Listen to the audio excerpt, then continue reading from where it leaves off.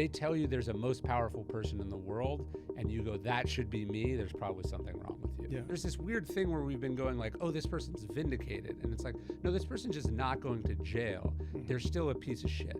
Hitler was able to be Hitler because of the royalties of the sales of his noxious ideas.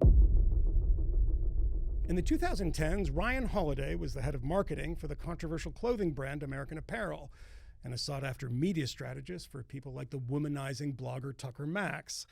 Then he wrote an exposé, Trust Me, I'm Lying, that lifted the veil on his world of media manipulation. Today, Holiday is best known as a philosopher. He's an adherent of Stoicism, an ancient set of ethics. He advocates its tenets in his daily life.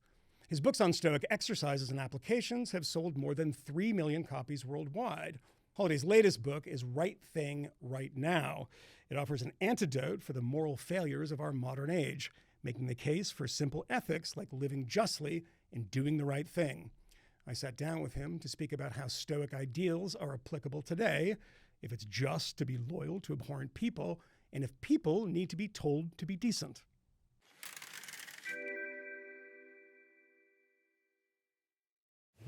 Ryan Holiday, welcome to Honestly. Yeah, thanks for having me. Where are you from? I'm from California, like everyone in Texas now. So why did you move to Texas? Well, I've lived all over. I've lived in New York. I've lived in LA. I lived in New Orleans when I was writing my first book because it was a media book, and I was like, I want to be as far from media as possible so I can actually think about this.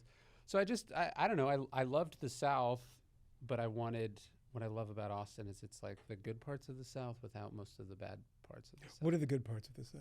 You can sort of do what you want. It's free. It's big. People are, welcome. You get the hospitality. Yeah. It's just a nice vibe. It's also right in the middle of the country, which I love about it. So part of that is Republican Ryan. Where's Democrat Ryan in this? What are the things that? Well, it's the what is it? The purple dot and the red ocean.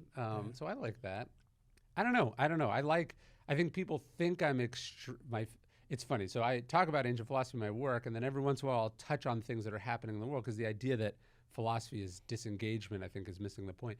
But people think I'm like super, super liberal or woke or something, and it's like, look, I live in Texas. I live on a ranch. Yeah. I own guns. I don't like paying lots of taxes. I'm like as middle of the road as I think you could possibly get. People think you're liberal, right? Yes. And I pick up this book, Right Thing, Right Now, and the subtitle of this book sounds like Bill Bennett in the 1990s.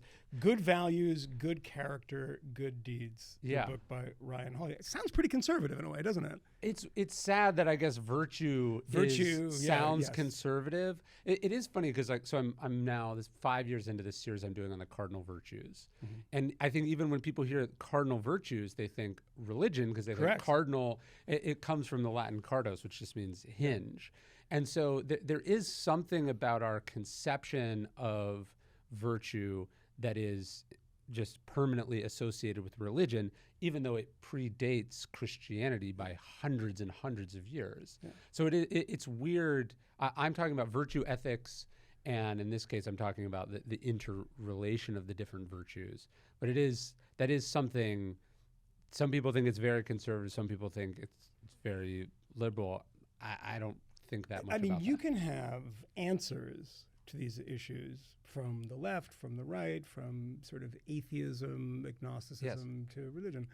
But do you agree in the general idea that we are living through a crisis of ethics and virtue in this country? Yeah, for sure. I mean, I think that's it's hard to point to a time in history which our ethics and our morals were not in some sort of crisis, even in the golden age of antiquity. This is what people are upset about, worried about. They always feel like the kids these days or whatever. But yeah, I think especially when you live in a time where religion is itself polarizing or large portions of people turn away from the church. So then what do you live by? What is your code? What is guiding your sense of right and wrong? There has to be something. I mean, you're providing that guidance clearly for a lot of people. You sell millions of copies of books, right? It's surreal. Certainly, it's surreal, right? And people are coming to you in the same way, very, very different in kind of all the specifics of it, as people discover someone like Jordan Peterson and they say, oh, wow, I need these strictures in life. I need to know how to live. Do you think that's because religion has receded into the background, that people find things in either politics or, maybe it's something like Stoicism, which is a philosophy that you live by? I think of where I was 19, I was in college in Southern California, and somebody pointed me towards the Meditations of Marcus Aurelius. Yeah. I was actually, I don't know if you know who Dr. Drew is. I do indeed, yes. I was writing for my college newspaper, and I go to this conference in Los Angeles, and he's there, and he was sort of a Jordan Peterson-esque figure at that time. Correct. And I was like, hey, I'm 19, like, what book should I read? And he was like, hey, I'm reading the Stoics right now, maybe you would like it. So I pick up Marcus Aurelius' Meditations, and I remember I was sitting at my little table in my college apartment, kind of like this, and I'm just like, holy shit, what is this, and where did this come from? Because, I grew up, as I said, in sort of a conservative place, a religious place, but not super seriously so. And then I was, I think, a lot of young college men, the sort of Richard Dawkins and Sam Harris of the world. So they're like, okay, all of this is maybe not what you think it was. It's sort of posing some really provocative and interesting questions. They tore some stuff down, but what replaces that? And I think what struck me as I was reading Meditations is, here's an ethical framework for living. Here is an explanation of the universe, purpose, meaning, all these things, but from a relatively secular point of view, and from a relatively logical point of view. I think that was very, very powerful. And I think the fundamental questions we have about who we are, why we're here, what does a good person do, what does a good person not do, these are the questions that philosophy and religion have always tried to answer. But for most of Western civilization, religion has been the primary, if not the only, answer to that question. So generations of people have grown up without these philosophical ideas being taught. What's interesting to me is you come across this at 19, and I don't know how old you are now, but we won't ask. But you're older than 19. Yes. And you stuck with it. I mean, the books that I read at 19 were kind of signposts on the way to my kind of ideological, philosophical development. I hope it's been development rather than devolution. But, they're gone, right? Yeah. They're important at that time and place, but this stuck with you. Yeah. What is it about Stoicism that you said, okay, this hit me at 19 and it remains a pillar? I have kids now, I have a house, I have a different world, but it still remains that pillar of my life. Yeah, I think what I love about Stoicism, instead of being this sort of systemic or systematic philosophy that's like, this is what we believe, this is what we don't believe, what it really survives to us as is a sort of just a series of snapshots, little fragments of surviving things. So we have Marcus Aurelius' Meditations, some letters from Seneca, we have a couple essays, we have a couple fragments from the other founding Stoics. But other than that, we just kind of have the writings and then the lives. And this itself stretches over, 5 or so centuries. So the idea even that Stoicism was ancient philosophy to the lower Stoics, the later Stoics, is interesting to me. But I think what you find in Stoicism, maybe similar to what you find in Zen philosophy, is this sort of all these different personalities who are trying to apply it in real life as opposed to try to explain it in real life. And so I think, when you go out and do stuff in the world, what you come back to in the Stoics is the sense that, they were also trying to do this. Seneca's a power broker in Nero's administration, Marcus Aurelius is the emperor of Rome, Epictetus is a slave. So it's this wide spectrum of experiences that I think allows you to grow and evolve with it. And what you take out of it changes. Like, I think what I took out of Stoicism early was similar to what people take out of, a lot of young men take out of Jordan Peterson early. The make your bed, toughen up, whatever. But then the other aspects of it, the sort of ethical component, I think that was a slower build for me. How does one, this book is anchored in history. Yeah. There's an anecdote from history in almost every page. You start with Harry Truman. Yeah. And a pretty laudatory vision of Harry Truman. President, yeah. Why did you pick somebody like that? When you, and I use that as a bridge because you say, history is much more important than what happened 5 minutes ago. We might not necessarily understand the context of it, how it's going to develop. It might be wrong, we realize 5-10 years from now or 5-10 minutes from now. What is it when you look back that you say, I need to start this book with somebody like Harry Truman? Yeah, it's funny. Truman's line was, the only thing new in the world is the history you do not yet know, which I think is very true. And I find oftentimes I go back and I'm reading about historical figures and they help me unlock and understand what's happening now. What's so great about the Stoics is that they just said what they mean. And so they don't need to be explained the way that Heidegger or So why don't we explain that? needed. Because you've done this a million times, but what is the 30-second, 60-second definition of Stoicism? I say it's a philosophy built around the idea that we don't control what happens, we control how we respond to what happens, and that we can always respond with those 4 virtues of courage, discipline, justice, and wisdom. That's my sort of working definition. But my point was, what I tried to do in the book, and this is more an ancient genre as well, is instead of explaining the ideas, I wanted to illustrate the ideas largely through stories or fables. And stories, fables, historical anecdotes. And so I have a theme or an idea or sometimes just like a vibe that I want to communicate. And then I go, okay, who's the vehicle through which I can tell that story? And so when I was thinking, so this book's about the virtue of justice, I wanted to start though, not with like social justice, with legal justice, but like a more personal form of justice. Like what is the character or the Or you say justice is a verb? Yeah, justice as a set of standards for individual behavior that is self-imposed. And I think what's so interesting about Harry Truman is here you have someone who sort of very much embodies those sort of classic Midwestern, little Southern values of, just honesty, decency, loyalty, integrity. And so I wanted to illustrate that in an example of someone. I love especially too when people aren't super well predisposed to that person. Yeah. So, he doesn't seem like a towering figure because in relation to an Eisenhower and FDR, he just seemed not that exciting. But when you really dig into the life of Harry Truman, you go, whether I agree with all the decisions he made or not, this was an incredible human being. And there's this tension. I think one of his secretaries of state said, everyone keeps telling me, what an ordinary person Harry Truman was. But he says in that he was one of the most extraordinary people that I've ever met. The presidency should make you a worse person. And in his case, it seemed to have unlocked in him these sort of humble, ordinary virtues. What do you say should make you a worse person rather than it usually does? Well, let's just say yes. It usually does. Historically does. Yeah. Marcus Aurelius is another great example of this. Like you give someone absolute power that even an American president couldn't conceive of. Yeah. It does not go well. And when we say it shouldn't go well, we mean, I think, like if you just let a person do whatever they want, you worship them as a god, that's inherently corrosive and destructive. Yeah. In the absolute power cliche. Yeah. Is it that people in positions like that and the uniqueness of somebody like Harry Truman is it tends to attract people that want to be president?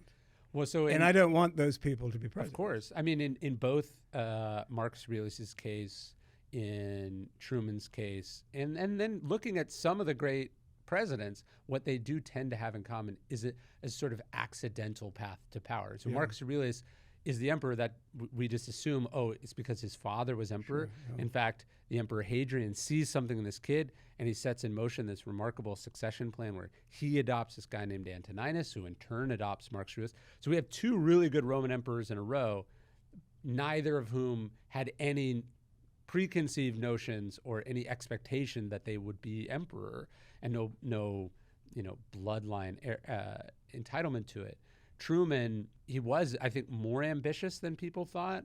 And clearly somebody thought he would be a good president because they forced FDR to get rid of Wallace and replace him with Truman. God. Yeah, Wallace would have been a bad person for him to die in office. But I don't, there's something about the not having campaigned for it, not having wanted it your whole life.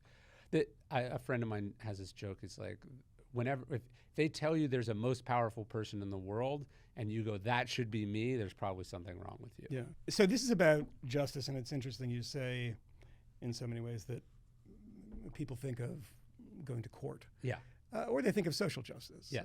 Which, people have very polarized opinions on these days.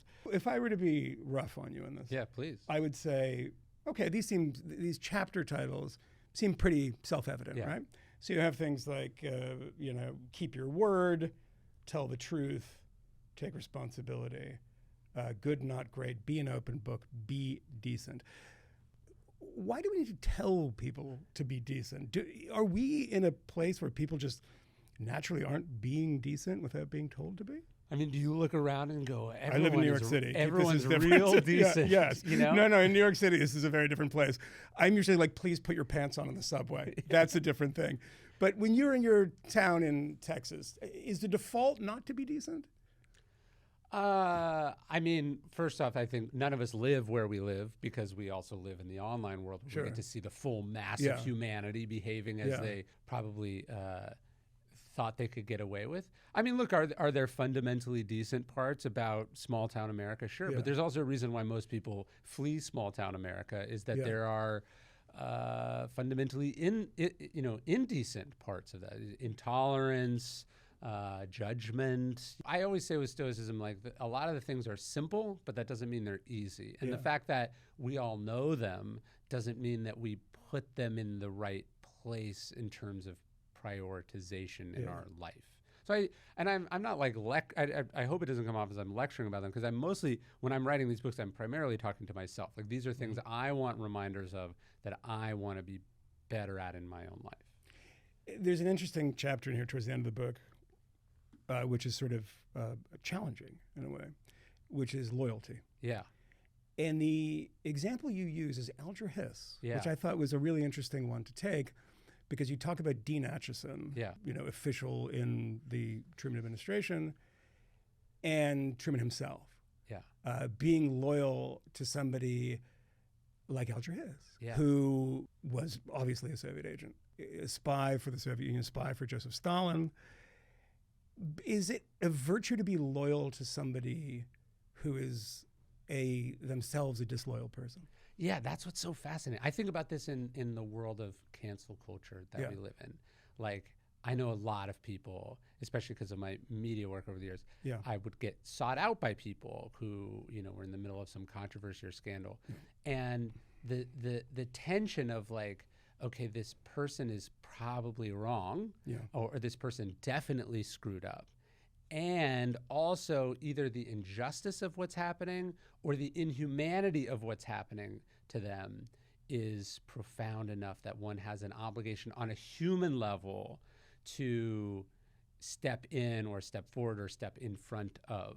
And so I was fascinated by that specific story because, Hiss is probably guilty. How aware was Acheson of this at the time is like, obviously we have more confirmation now than he would have at the moment.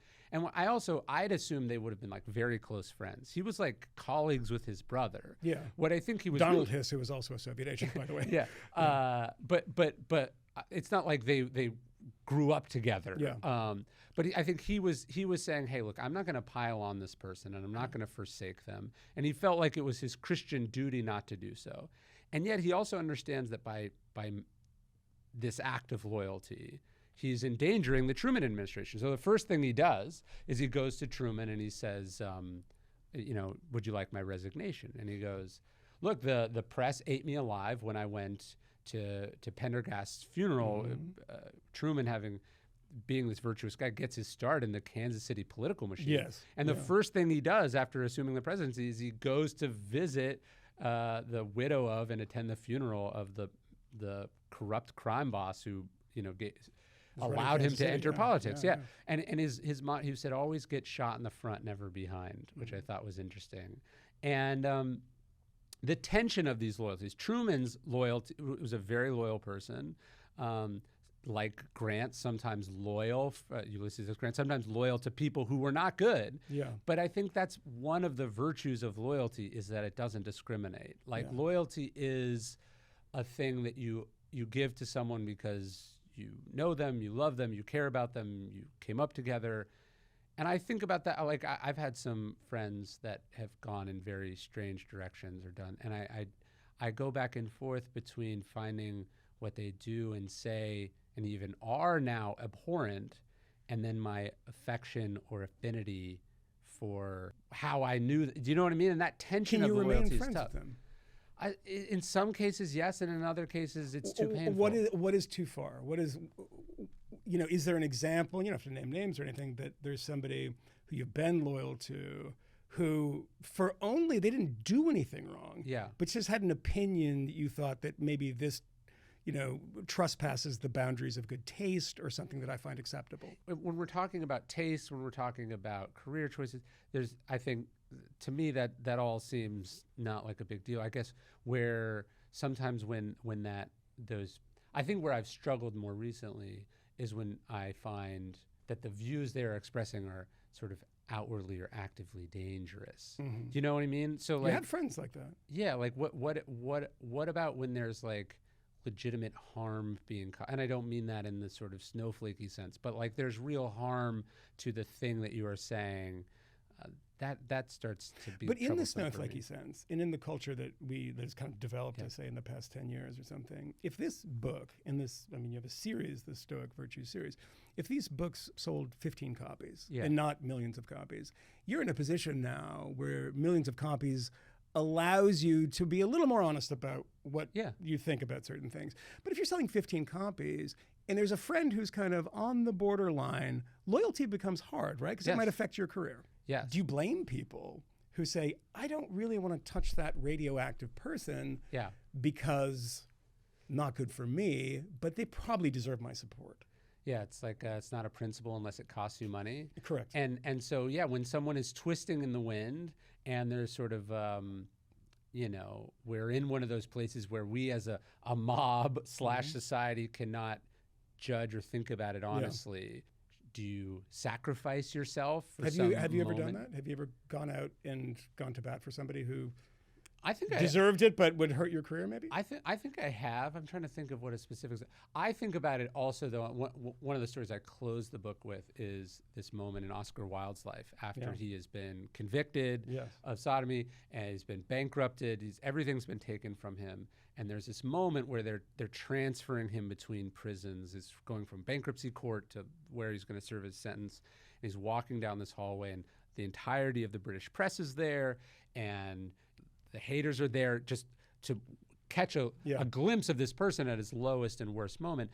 And he sees there in the hallway his friend Robbie Robertson, the writer, who just sort of nods and smiles to him. And he writes, this nod was to him the greatest and most gracious thing he had ever experienced in his life. Here you have this person at their lowest ebb. No one has shown up for them, and you're just sort of there smiling. I don't necessarily know how public these things always have to be. I remember, I probably shouldn't say this. I was talking to someone, and this was as big of a scandal as you could possibly get.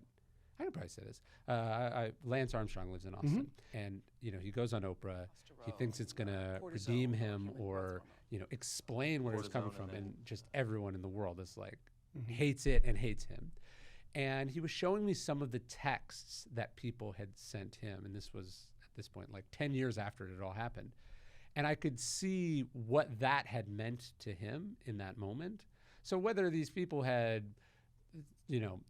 gotten headlines for defending him wasn't what stood out to him years later, but it was the message of like, I'm not forsaking you as a person that was privately expressed. So I think about it more that way. But when people say this, I got so many private messages, none of these assholes would come out and say it publicly. What do you make of that? I mean, it's in the sense of like, cancel culture, whatever you want to call it.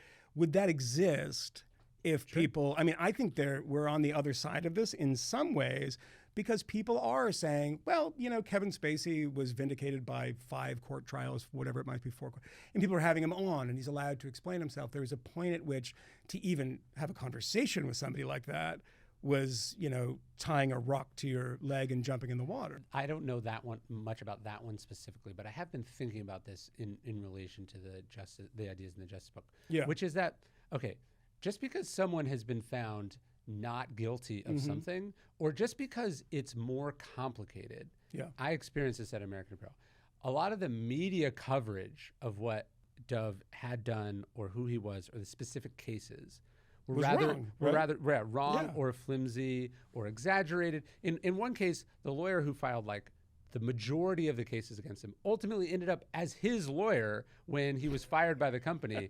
And he said, you fired this man without cause, right? So there is something Might say something about lawyers too. Yeah, but also just about how the legal system can be weaponized. And then the other hand, that didn't actually justify or make right the private behavior that was happening, right? And so there's this weird thing where we've been going like, oh, this person's vindicated. And it's like, no, this person's just not going to jail. They're still a piece of shit. They're not legally a predator, but they're not a person you would want your children around, you know? And so because of how tribalized things are, someone will get accused of something and then people will go, like they'll defend them or it'll turn out that that was exaggerated or whatever. And then the other side will embrace that person as if that's a good person. And it's like, no, that person's just not literally a criminal. Like I was thinking about this with the Trump case, like whether or not a former president of the United States should be criminally prosecuted for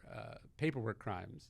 It doesn't mean that a dude who cheats on his wife with a porn star and then covers it up, that's morally abhorrent behavior that gets like very quickly lost in our sort of our discussions about these things. No, I mean, I've said the same thing. Is it a justified prosecution by Alvin Bragg? And at the end of the day, it's like, well, we still have to elect him president. Yeah. Whether or not this was done in a way that I think is acceptable does not mean that I'm not going to judge his behavior, whether it's a paperwork violation or cheating on his wife with a porn star. Yeah, and even putting aside voting, you could still go like, that's a shitty thing to do. Who the fuck does that, right? And like, so there's this weird thing where we're almost embracing like abhorrent behavior or people because the other side is overreaching in their attacks on those people. Is it always the case, though, that you can normalize any behavior provided it lines up with your politics? I mean, I always used to make the joke that if you want to commit some sort of terrorist act or kill somebody, make sure you say before that you're going to give free breakfast to the local poor people. Because, you know, that's what happened with people like the Black Panthers or something. They could do all these horrible things. It's like, well, you know, the free breakfast program is fantastic. We do tend to dismiss these things provided it lines up with our own priors. But I would say even in like the free speech debate, like I feel like, of course, I largely agree people should just be able to say what they want, and this is what the First Amendment is about. And of course, we're talking here at the Free Press. But like, I feel like we've sometimes lost in our discussions about it the preface of, okay, this thing is really stupid and wrong and a shitty thing to say, but you should be allowed to say it, right? Instead, we're like, it's their right to say it. But you should get angry at the people who are squelching speech then. They're changing the conversation away from the stupidity of the argument to, can one even have the argument? Certainly, but I think the preface is also important, that like, hey, by the way, this is wildly incorrect, or this is downright evil to say or think. Is it allowed? That's different. You know, do you know what it, like, I think it's... What is allowed? What do you think should be allowed? And I know it's a huge question, but when it comes to, you know, some of these debates about speech, you know, people with noxious ideas, should they be on Twitter? Should they be speaking on college campuses? I mean, what are the guardrails here? And I do think that this, you know, kind of fits in with your books in a lot of ways, in like, you know, exposing some of these people, engaging in conversation with them. It's funny, right? Because one of the things I tried not to do in the book itself, I love these conversations, but I do, it's interesting, you kind of, we tend to gravitate towards these really complex edge cases. We get lost in these debates instead of, you know, spending more of our time on going like, well, what am I doing? Should I be doing this? Right. So that just, I just think it's worth being said. I tried not to write a book that was like, how do I nail down the correct answer to the trolley problem? Oh, for sure. That's absolutely not what the book is about, to be clear. What's the point of this? We philosophers bend themselves into knots debating these questions of justice kind of in the abstract or in the extreme, and then they're not thinking about like how they just treat the person who's serving them at breakfast, right? So I think that all being said, one of the cases I was really fascinated with that I wrote about a couple years ago, my favorite novel is this book, Ask the Dust by John Fonte. And so the backstory on Ask the Dust is that it's a beautiful novel about Los Angeles that is forgotten because that same year, his publisher, Stackpole & Sons, publishes a pirated edition of Mein Kampf. Which Hitler is rising to power in Germany. he's actually published in the U.S. by HMH, Houghton Mifflin Harcourt, which is still a publisher to this day, and they held the rights to this book until the 70s. And so Hitler's agents through HMH sue Stackpole and Sons, and they win Hitler wins a copyright case in federal court in the U.S. in like 1934. And the fighting of this case famously bankrupts, or more or less bankrupts the publishers, and his promising novel is lost until Bukowski rediscovers it in the Los Angeles Public Library like 60 years later. Even then, there were these arguments about whether Mein Kampf should be published. HMH brings their edition to the White House. Their editor sends it to FDR. And he, who had read it in German, goes, "What the fuck is this?" He's like, "You've cut out all the horrible parts of it. You are publishing a more palatable version of Hitler instead of Hitler in the raw."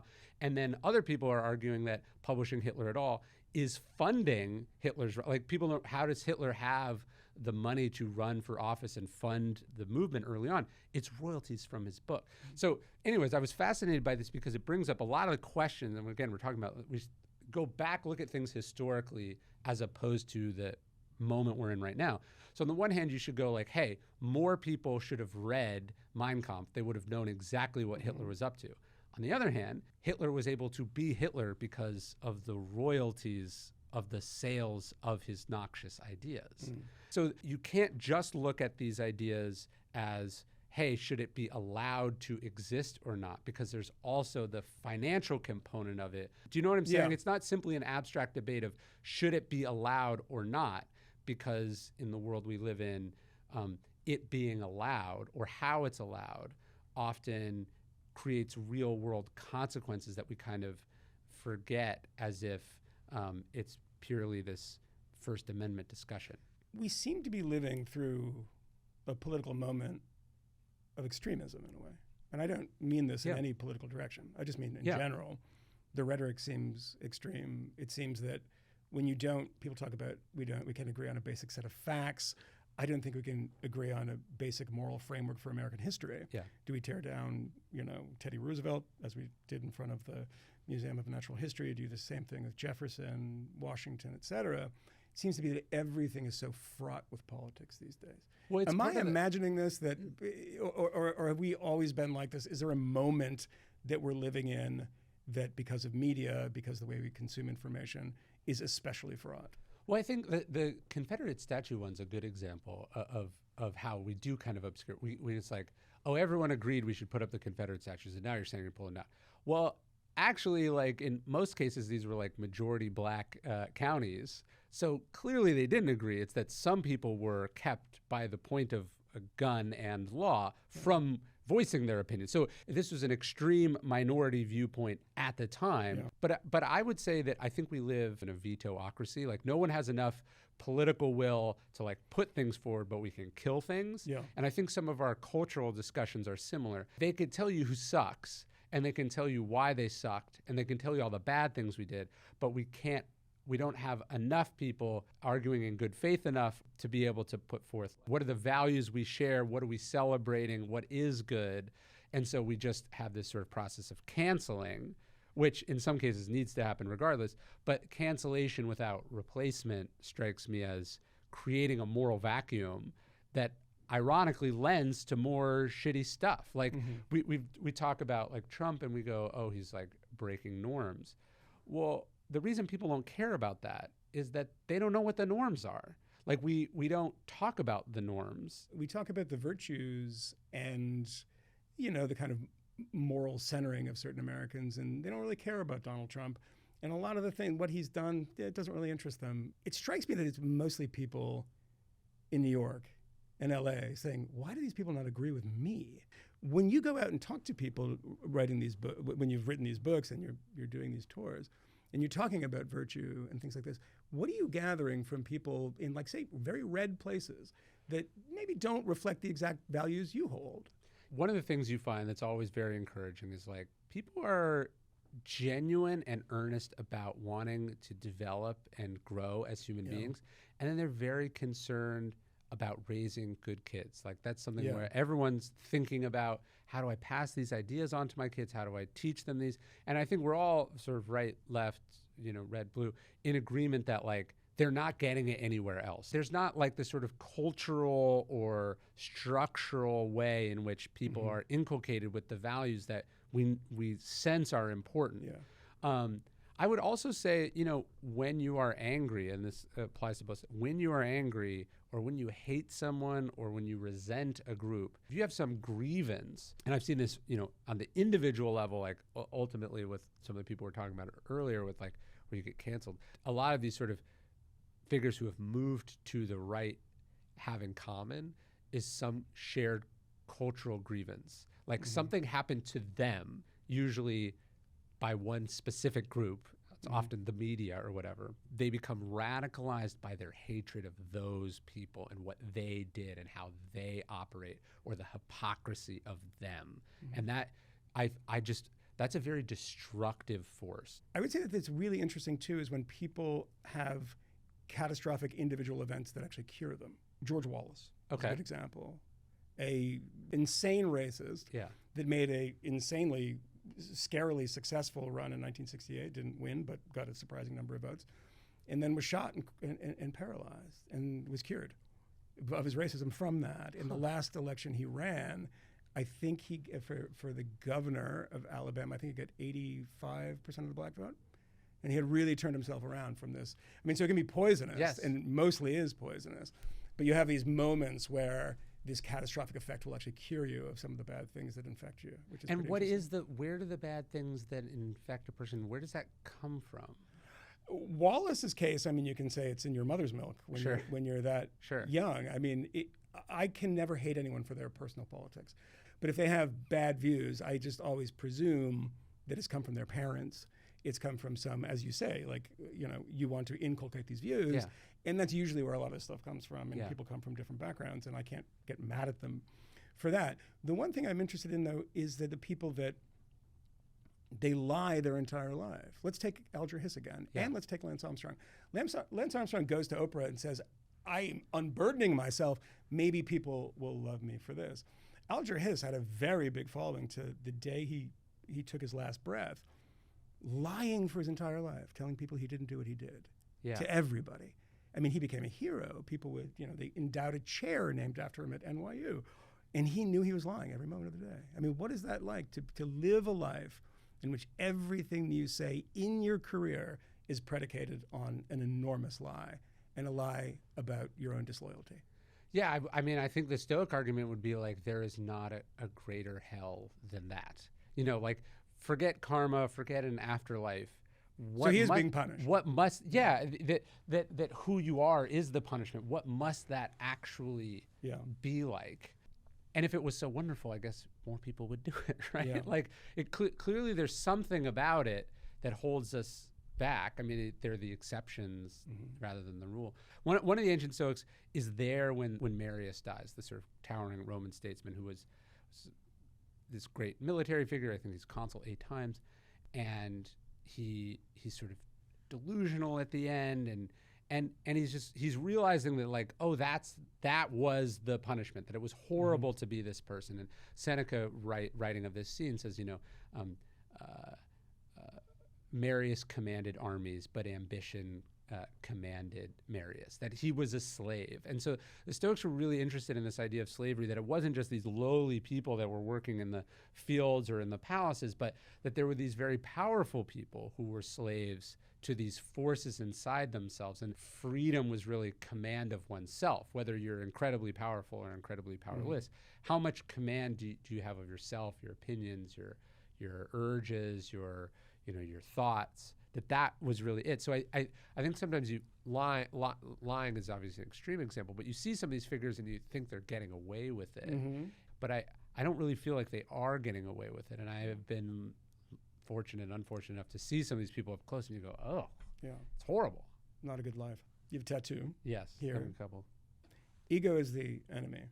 Yeah. An important concept to you. They wrote a book about it with that name. Yeah. And then tattooed it on yourself. Why is ego the enemy? Well, it's funny. I was going to write a book about humility, because I think it's an interesting concept, and there hadn't been a good book about it. And I was actually still at American Apparel while I was writing. I sold it while I was there. And I was writing it as I'd sort of come back after they'd fired Dove, the founder, and then he was in the process of trying to initiate a hostile takeover, bring it back, and he ends up destroying the company in the process. And he'd run it more or less into the ground in the preceding months and years anyway. I worked at Vice. I know this story very well. And so it was fascinating to me to watch, like one of these things that I think you would ordinarily only read about, like watch it happen. And I just remember thinking about how timeless some of the decisions and the way he was acting was. But I think of ego being one end of the spectrum, worthlessness and despair or abject humiliation to be the other.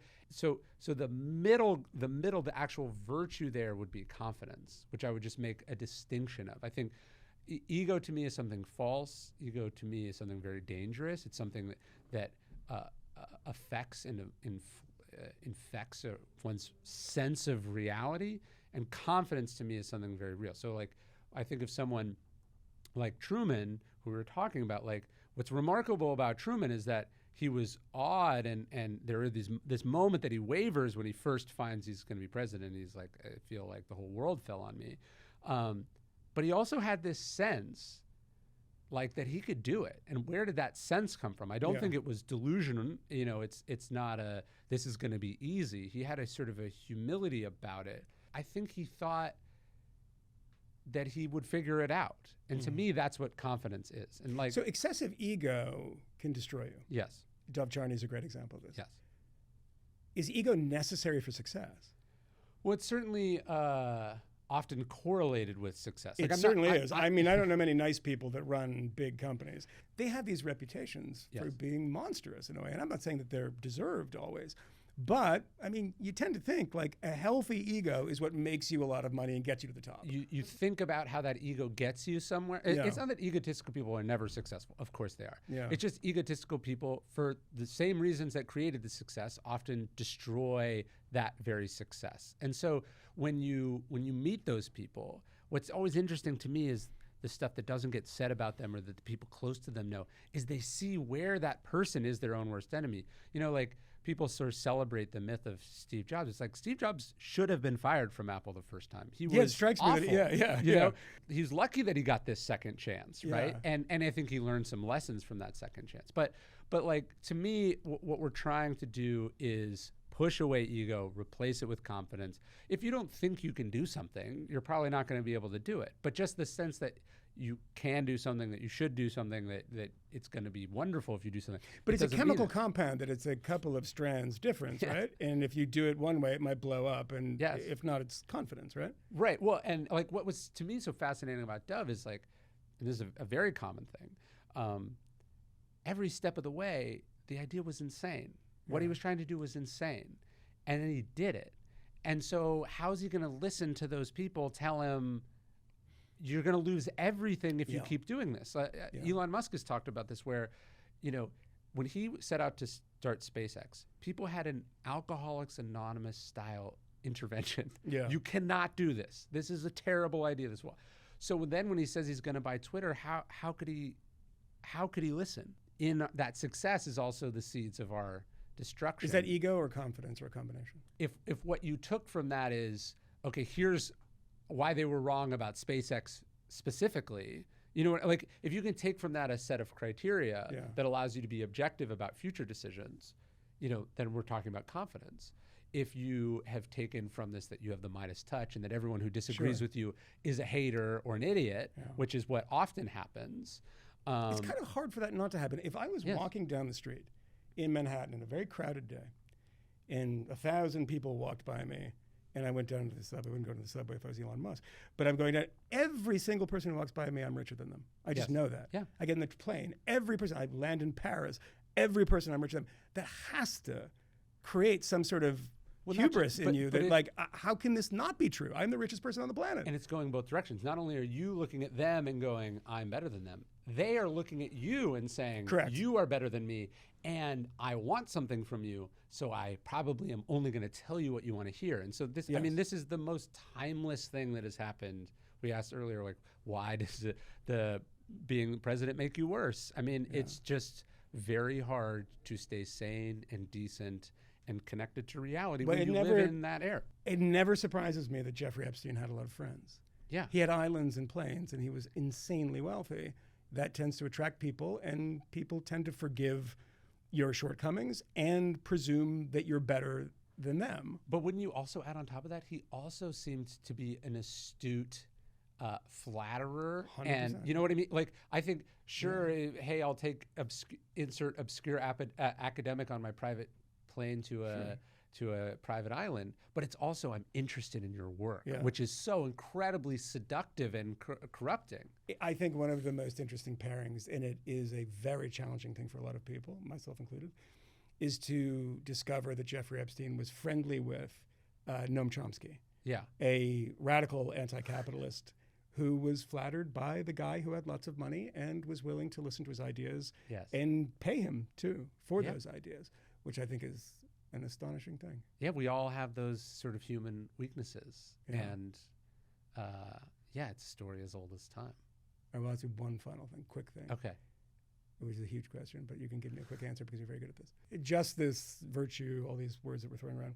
What does America need more than anything right now? If you were to kind of take all of the books that you've written about concepts, what would be just sort of the one that you could pick if you could assign it and you'd think would have a curative effect? If we could pair some more courage with more justice, I think we'd be in a great spot. The amount of people that I've talked to, like in Washington specifically, they fucking hate it.